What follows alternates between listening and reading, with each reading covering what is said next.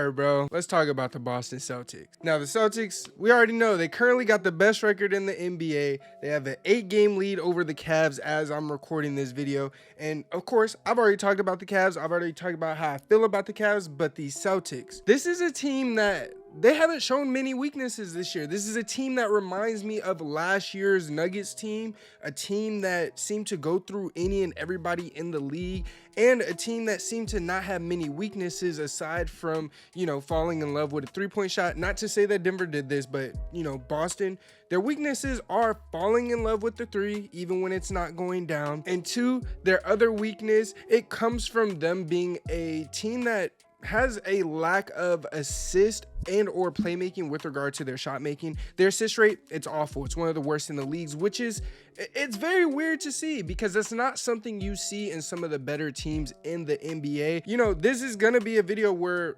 I'm pretty much giving the Celtics their flowers. I was looking for ways that they're just not elite. They're pretty much elite in almost every category, but what I'm gonna do and what we're gonna talk about are some ways that the Celtics can strengthen their title contention and title contender mantra that they've been carrying all throughout the season, and just pretty much solidify that. Because at this point, and I have seen this, not very many people have said it, but I've seen it, a lot of people are comparing them to the Buffalo Bills, a team that is very successful, has won a lot of games in the regular season, looks like one of the strongest teams throughout the season, and then when the time comes, they come up short. Now, overall, the Celtics have largely avoided ruts this entire season. They only lost consecutive games one time this year. Their worst record in a calendar month so far was January, which we just passed, and they were 11-5 in that month. And they have been the NBA's most consistent team thus far, with whom I believe should be one of the top 3 MVP candidates in Jason Tatum, an all-star snub in Derek White,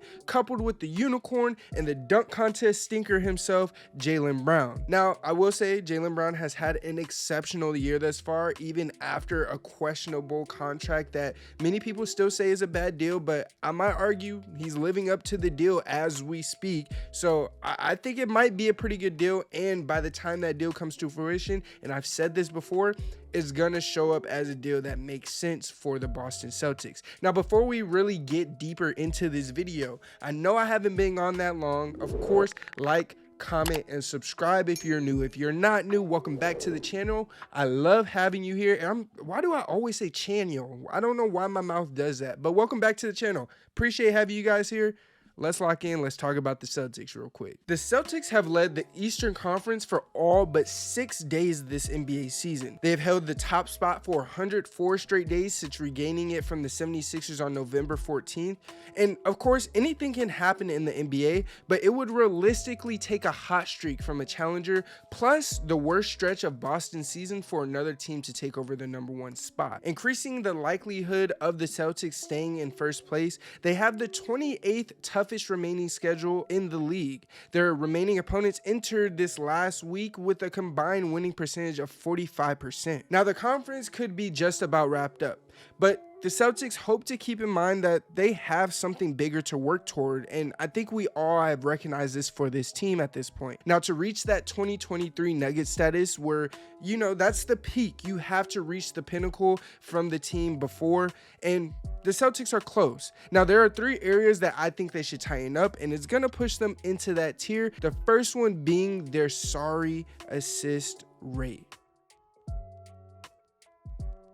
The Celtics have serious firepower on the offensive side of the ball. Each player can not only create for themselves, but also create for others. Granted, some do it a lot more than others on the Celtics, and quite frankly, this can become an issue come playoff time. Trading Marcus Smart this offseason, it meant that the Celtics bid farewell to their longest served player on their roster, their emotional anchor, and a versatile award-winning defender. There's no arguing he was the DPOY. They also waved goodbye to a primary playmaker, and it was a move that raised some eyebrows, but when the move occurred, we knew the Celtics had something much bigger in plan. Now, unsurprisingly, while giving up a primary playmaker kind of guy, the ball does continue to stick on the offensive end sometimes. Boston ranks 23rd in assist percentage, their passing volume is low, 4th fewest per game, and their isolation plays are frequent, 4th highest in the league. That means they're ISOing and they're not working the ball around, working through their offense, or their offense is just primarily isolation heavy. Either way it goes, that does not bode well for a championship team going forward. Now, while Holiday and Derek White can set the table, and they have set the table for this team, don't make that mistaken, they're probably the reason why Boston isn't ranked completely last in assist percentage. But with that being said, when it's not Holiday or White, the Celtics look discombobulated when they have a pass-first mindset. You can almost tell that it isn't in their DNA. Now, Jason Tatum, he has improved his playmaking. Jaylen Brown has reduced his turnovers, but even still, these are not pass-first guys, and it does look weird when you're trying to move them into a more playmaking facilitator kind of role, more of a penetrate and pitch as opposed to a penetrate to score kind of player, which those two normally are. Nonetheless, for a team that hasn't always maximized offensive possessions in crucial playoff moments, this seemingly minor issue could become very significant if Boston struggles under pressure once more, and if they have to see a team like the Denver Nuggets who will make you work on defense, causing you to be drained as both the game and series plays out, thus not allowing for ISO ball anymore that Boston is not only elite at, can fall victim to when it matters the absolute most. Now, if you don't believe me, I'm gonna put it like this. 3 of the past 4 NBA champions were teams that were top 10 in assists in the league. And even still, the Bucks, the one team that was not top 10, they weren't far off of this mark at 14th in the league. This run is gonna be a true test of maturity, not only for the Celtics, but most specifically, its primary stars in Jason Tatum and Jaylen Brown. When the defense tightens up when the playoffs comes around, how disciplined are these two going to be to run a couple of sets, get back into your half-court offense, and actually see your team get into a real rhythm so that you guys can not only win that game but finish the series. Now, despite having very good guards in Jrue Holiday and Derek White, it's going to ultimately be up to Jason Tatum and Jaylen Brown to settle the team down in those moments, and I think this is the time for those two players to actually do that. We've seen a lot of growth in them as players over the years, but I think this year we've seen the growth as winners more than we've seen at all any other year. While the Celtics are sitting rock solid 8th in offensive efficiency, I think there's a higher level that they can hit. Upping their conversion rates would get them there, of course, but Boston hasn't posted a top 10 shooting percentage from any level. It's 12th in both field goal and free throw shooting percentage, and they're 14th in long range accuracy. Now, none of the rotation regulars are having a disastrous shooting season, but outside of Hauser shooting 42.6% and Derek White shooting about 40%, none has been especially hot either. Kristaps Porzingis and Peyton Pritchard, they're 2 clear candidates for positive regression, as each has a connection rate that's 3+ percentages behind their career norms. Now, I don't want to make it seem like they're a poor shooting team, because they're not by any means necessary, and I know a lot of what I'm saying is going to sound porous, but again, we have to remember that we're talking about a championship team. This is the peak of the peak. So when I'm talking about them being 12th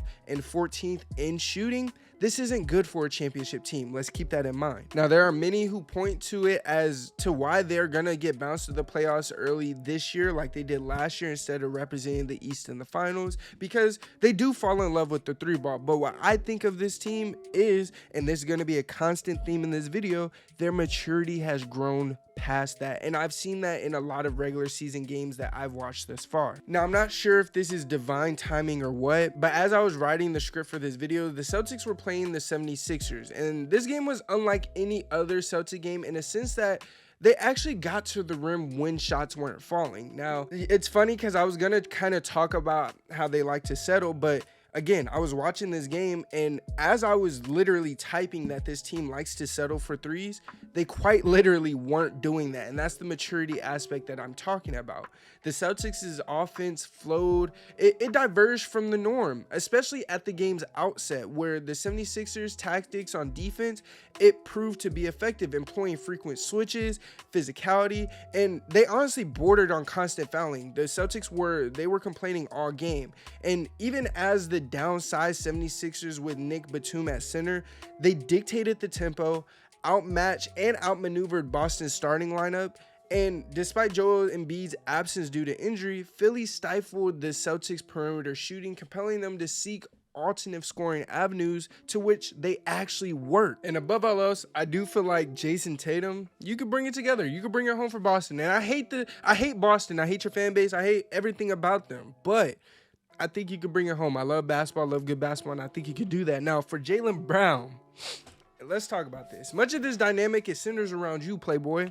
It centers around you, you know it. I know you know it. In typical Celtics games, you're initiating the scoring, not even Jason Tatum. With Jason Tatum, he normally seizes key moments off of your scoring. I don't know if many of you guys have noticed that. I don't know if Jaylen Brown's noticed that, but I've noticed that. Now, with that said, this culminates into a synchronized effort in the fourth quarter. With Jaylen Brown, I'm gonna need you to do a better job of this synchronization. I'm gonna need you to understand when it's time for Jason Tatum to get his, when it's time for you to get yours, and when it's time for you to bounce off of each other and work off of each other to score. And I'm gonna be honest, it initially seemed like a collision of talents between you two. We've all talked about Jaylen Brown being traded. We all know Jaylen Brown is the worst of the two, or at least was the worst of the two. I don't know about it this year, but I'm gonna leave that for another conversation.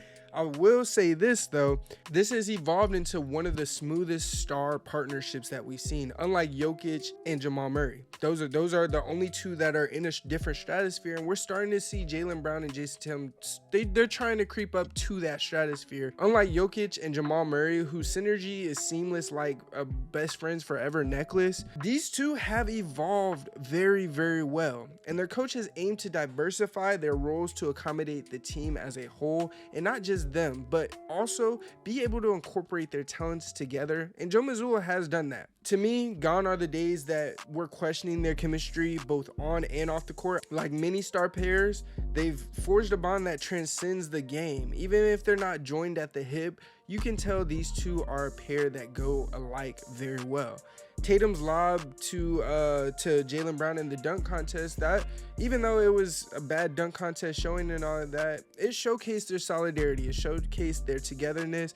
And while Jason Tatum receives MVP consideration for his multifaceted contributions, they must continue complimenting each other and their efforts to propel the Celtics going forward. The balance suits Jason Tatum, it suits Jaylen Brown.